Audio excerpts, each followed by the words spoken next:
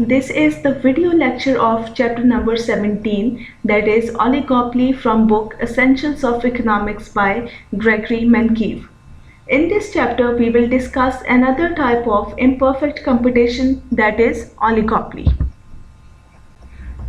Starting from the concept of oligopoly, we know that it is the type of imperfect competition, and imperfect competition refers to those market structures that fall between perfect competition and pure monopoly. In case of monopoly, there is a single seller of a product, and on the other extreme, that is, in case of perfect competition, there are large number of sellers. So oligopoly lies between these market structures and it has many sellers. Imperfect competition includes industries in which firms have competitors but do not face so much competition that they are price takers. There is a competition in imperfectly competitive markets, but it is not like that of in case of perfect competition. Types of imperfectly competitive markets.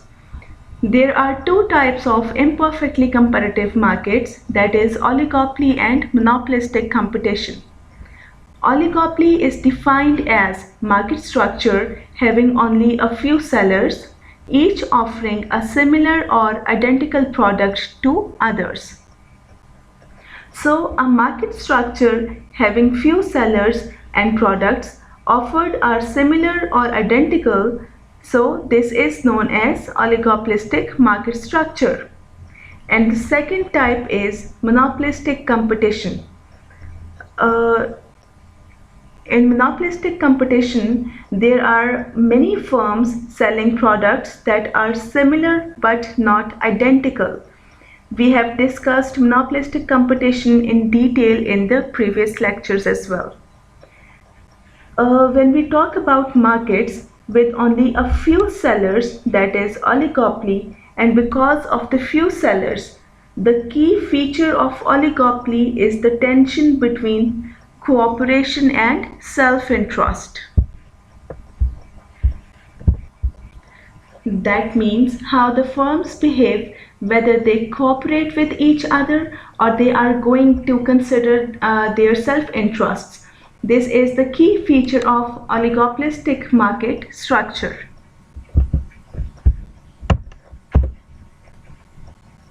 Markets with only a few sellers.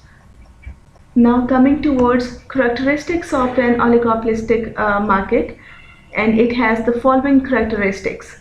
First is few sellers offering similar or identical products in the market, means there are few firms selling similar or identical products in the market. Second characteristic is interdependent firms. There is interdependence among firms, means that the decision of one firm depends upon the decision of other firm. When the firm is deciding about the price of the product and the quantity to be sold, or whatever decision it is going to make, it has to consider the decision of rival on their products as well. So interdependence of the firm exists in case of monopoly. And the third characteristic is best of cooperating and acting like a monopolist by producing a small quantity of output and charging a price above marginal cost. They will be better off if they cooperate and act like a monopolistic firm and charge price greater than marginal cost and produce less quantity, and the profit will be maximum here. But they will worse off if they do not cooperate and they take their self-interest and charge price and the product and produce quantities at their own. So in this case, they will not be better off. The best example of oligopoly is duopoly. Duopoly is a kind of oligopolistic market structure with only two firms or two members, and it is the simplest type of oligopoly. There is a demand schedule for water, and with the help of this table, we can find the slope of demand curve in case of duopoly. Here is the table having three columns: quantity in gallons, price in dollars, and total revenue. When the quantity of water is 0 gallons and the price is $120, the revenue is 0. When the quantity becomes 10 gallons and the price is $110, so we see that when quantity goes up from 0 to 10 gallons and the price goes down as well from $120 to $110, the total revenue of the firm is $1,100. Similarly, when the quantity goes to 20 gallons and the price goes down from $110 to $100, and the revenue is $2,000 here.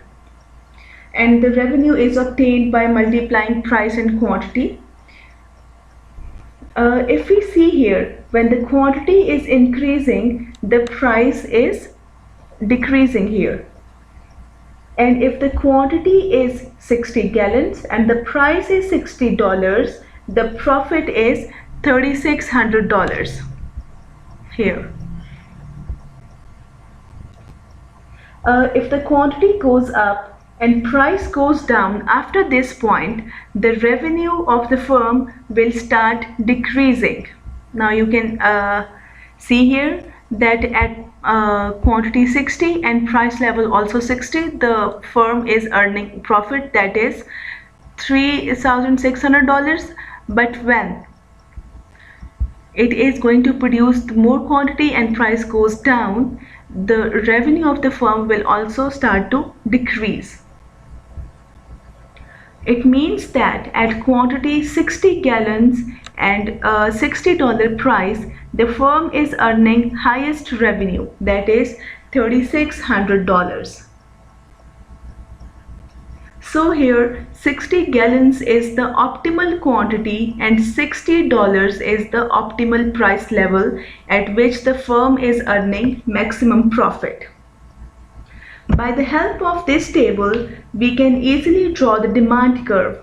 Taking price on y-axis and quantity on x-axis, demand curve can be obtained easily. Demand curve is negatively sloped as there is a negative relation between quantity and price. Here the demand curve is comparatively less flatter than monopolistic competition, as there are many firms in monopolistic competition as compared to oligopoly. Continuing the example, how we are going to discuss price and quantity supplied.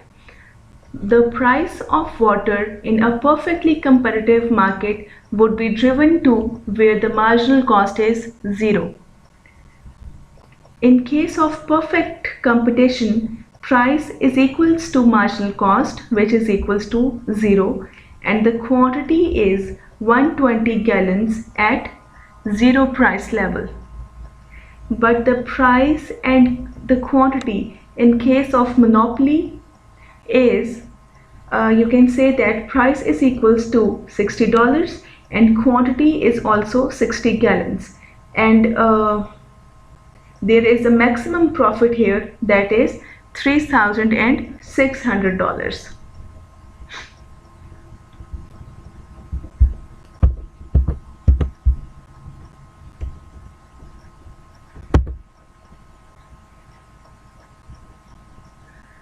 Again, a duopoly example. The socially efficient quantity of water is 120 gallons, but a monopolist would produce only 60 gallons of water. Because while producing 60 gallons of water, he is charging $60 per gallon, and the revenue of the monopolist is maximum at quantity 60 gallons. So what outcome then could be expected from duopolist?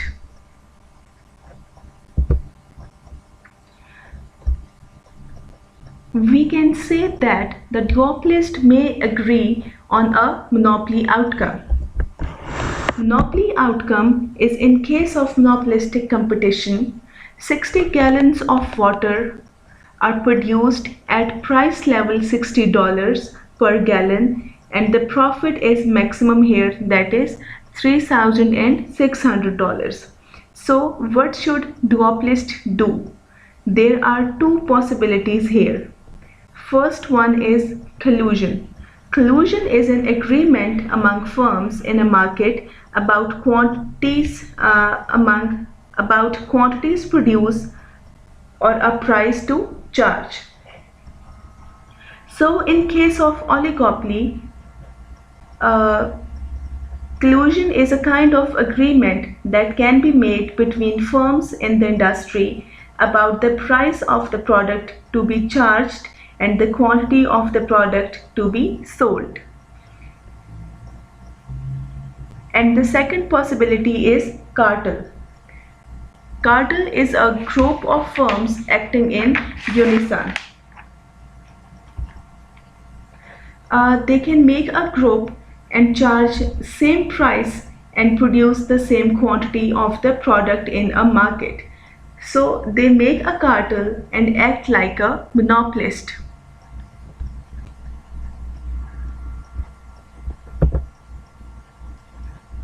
Although oligopolists would like to form cartels and earn monopoly profit, often that is not possible. It is undesirable situation because in case of cartel, they act like a monopolistic firm, and we know that monopolistic firms charge higher prices and supply less quantity in the market, and they are producing less than their efficient scale of production.